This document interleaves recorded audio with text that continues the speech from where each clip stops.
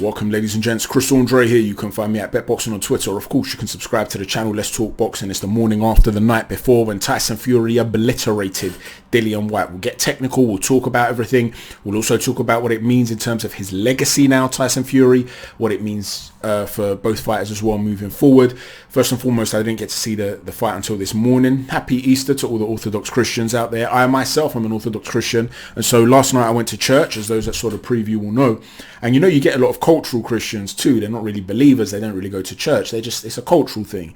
So they turn up, and then outside afterwards they're having a little catch up and a little gossip because they haven't seen each other since the last Easter, where they all decided to turn up to church, and they old childhood friends and stuff like that. And I was freaked out. I was worried that I'm going to hear someone say, oh, did you see the fight? Did you see what happened? Or anything like that. So the minute the service finishes, I'm out a side door in the church, a side door, right? And I'm making a beeline for the car. And luckily I was able to get back home without hearing any result. I'd actually had the movie channel programmed on the TV because I wanted to watch a little something to unwind before going to sleep. I tend to do that. And so I don't want to put the TV on and get BT Sport or Sky Sports news pop up or something telling me the result. So I was very meticulous. I was very careful. I was able to avoid it. And woke up from like 7 a.m, had like 2 hours sleep just because I was nervous about missing that 9 a.m. replay. And then I'm off to my mum's later on, got to see the fight. Terrific, dominant display from Tyson Fury. There's a lot to unravel, a lot to unpack, so let's talk about it.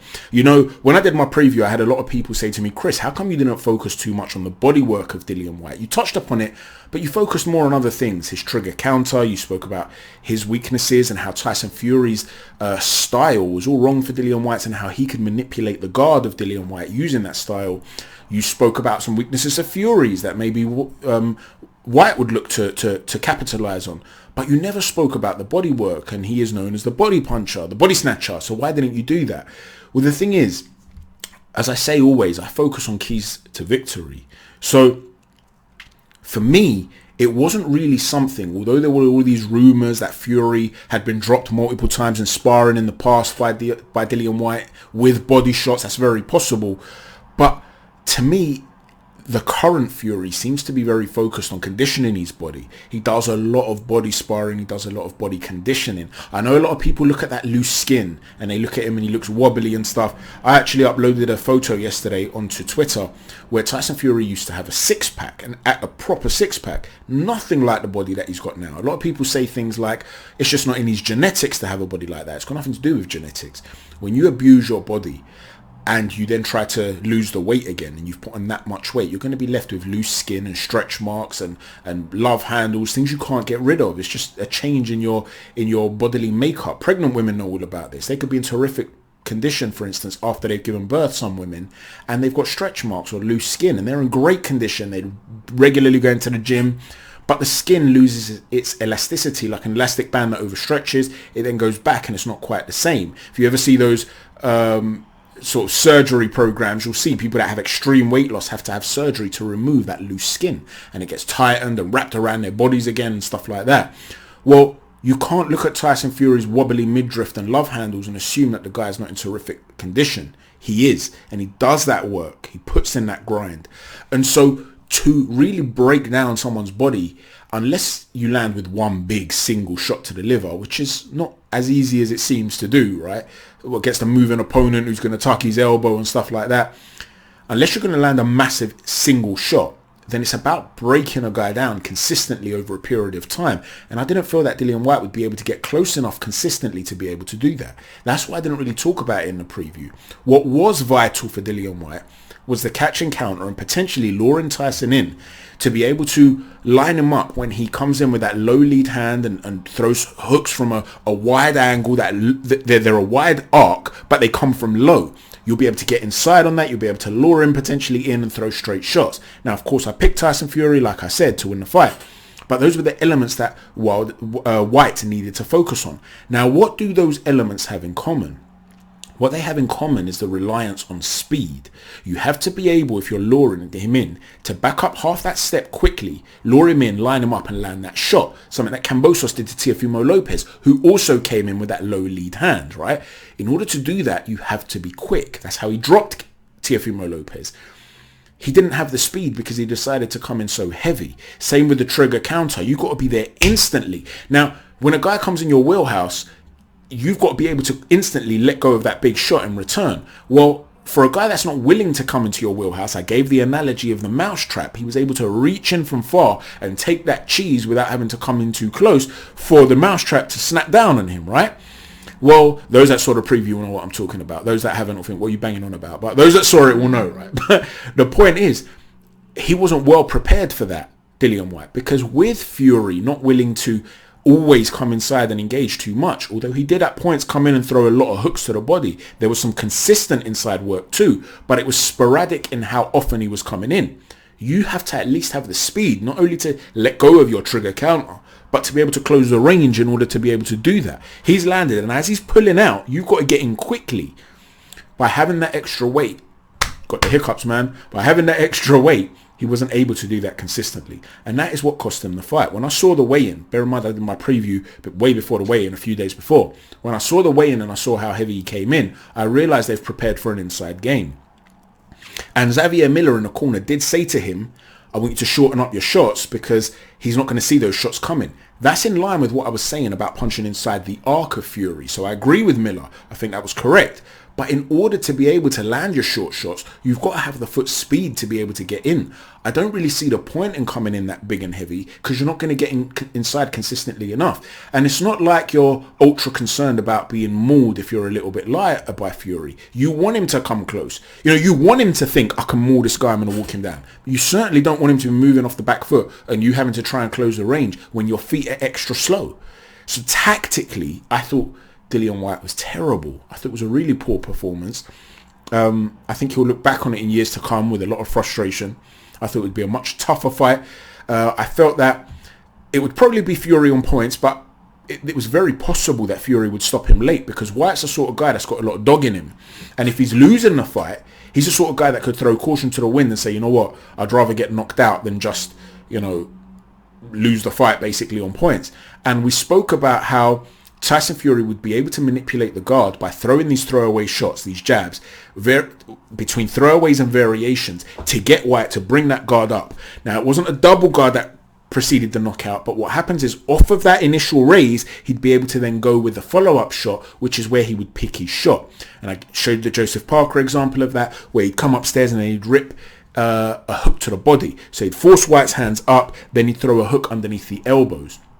Well, you saw some nice double hooks from Tyson Fury, getting Whyte to think about that and focus on that. And then when the time was right and Whyte was trying to come inside, switching from lifting one arm to the other, and I spoke about this as well, how he'd be able to potentially work off of that as he's lifted that one hand up to block, so he's responsive with the guard, right? We spoke about that in the preview. He's not got an instant high guard where you have to respond less. He's responsive. He's correcting himself to get the block off. So by the time he does that, the follow-up shot then comes through with the uppercut. So he's caused a reaction, followed up with the uppercut, and that's all she wrote. Now, initially, we saw that Whyte came out as a southpaw, and you saw, what did Tyson Fury do? He was clearly taken aback. I was taken aback. I was like, what are we watching here? And what did Fury do? He didn't take any risks, and instead he started to pat down on the lead hand of Dillian Whyte, and he would do it consistently. He was basically ensuring that Whyte can't shoot that jab, and he wasn't shooting the jab himself either. It made it a question of the backhands. Well, Whyte did throw some nice right hooks to the body, in fact, in that first round. But what Tyson was able to do is bring that backhand into play. And by bringing the backhand into play, some of them were blocked, some of them got through. They were solid enough shots to make Whyte realize, I actually can't maintain this. I've given him something to think about. Now I'm going to go back to orthodox. He switches to orthodox, and it's Fury that comes out southpaw. So they were trying to play chess games and mind games in the first couple of rounds. But Whyte at no point did he look competitive in this fight. Now, a lot of that is to do with Tyson Fury's fantastic agility upstairs. He's got this great ability to roll with shots and that upper body movement, just lean back. But his feet still do not look like what they used to look. We spoke about this in the third Deontay Wilder fight, and we said he's not moving in the same way. Again yesterday, I don't believe he was moving in the same way. He did look more heavy. He did look more cumbersome. Had this been Alexander Usyk, I believe he would have to have come in a lot lighter on his feet. He cannot approach an Usyk fight in this manner. I don't think he would have the same success. A guy like Dillian White, a guy like Deontay Wilder, they do not move like Alexander Usyk. And by making himself smaller and punching upwards, because a lot of people talk about that height dynamic, he's too small of a man. By making himself smaller and punching upwards, that's going to cause Fury more problems. And we'll get to that if they ever fight, and I'm going to do a technical breakdown video. With regards to Anthony Joshua, he's also much fleeter of foot than Dillian White. And Deontay Wilder, and he's more consistent with his shots, and he's got much faster hands than both of them. So even that's going to be a much more competitive fight if it happens, which brings us on to legacy. You heard a lot of the BT guys talking about how he's the best of this generation, Tyson Fury. That's way too premature. Now, before I get into this and we talk about that, let me just say this, because whenever you say someone was incredible, but they always focus on that. But first, let's talk about a couple of things that made this exceptional. Dillian White is a top 5 guy. Maybe not in terms of ability, but in terms of achievement, in terms of what he's done in the sport. He's a top 5 guy. This was possibly the second most dominant performance at world-class level of a heavyweight in this current generation, in this current crop of heavyweights. There hasn't been another one except for maybe Fury over Wilder in that second fight. Right? When, for instance, when Deontay Wilder sparked out Ortiz on a couple of occasions, he'd lost every round up until that point. When Anthony Joshua came back against Alexander Povetkin, he was 4-2 down after the fight, made a fantastic adjustment and won the fight. Brilliant win, but he adjusted. When Ruiz beat AJ, Ruiz had dropped him AJ had dropped him, and AJ had started very well early in the fight, and Ruiz made the adjustment and came back. In the second fight, AJ boxed punch perfect performance, keeping him at range, but he didn't batter him in the way that, and he didn't stop him in the way that White really got dealt with last night. So in terms of sheer dominance, this was an incredible performance.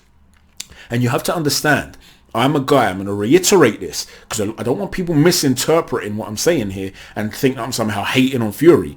From 2012, when the guy was punching himself in the face of uppercuts, I was telling everybody, only me and this one other dude called Chris Bottom on Twitter, right? A really good dude.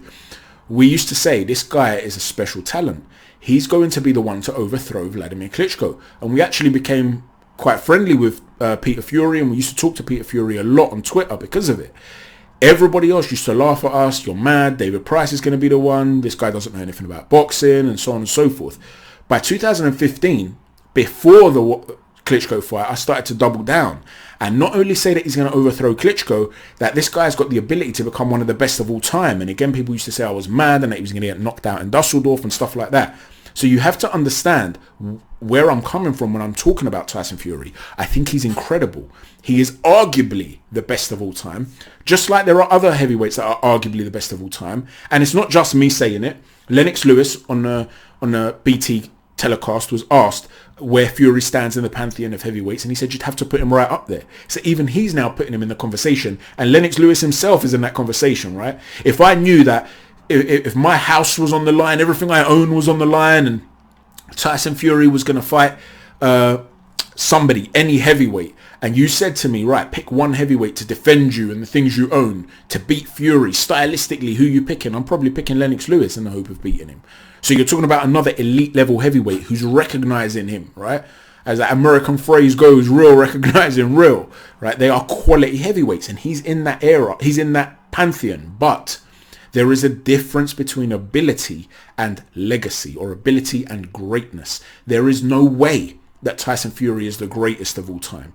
He may be the best of all time in your subjective opinion. As in my subjective opinion, he's in that conversation. But it's different to talk about greatness. Muhammad Ali, as incredible of a talent as he was, for me, is not among the best of all time. There are quite a few heavyweights who I consider to be better than Muhammad Ali, but he's the greatest of all time. There's a difference between greatness and ability.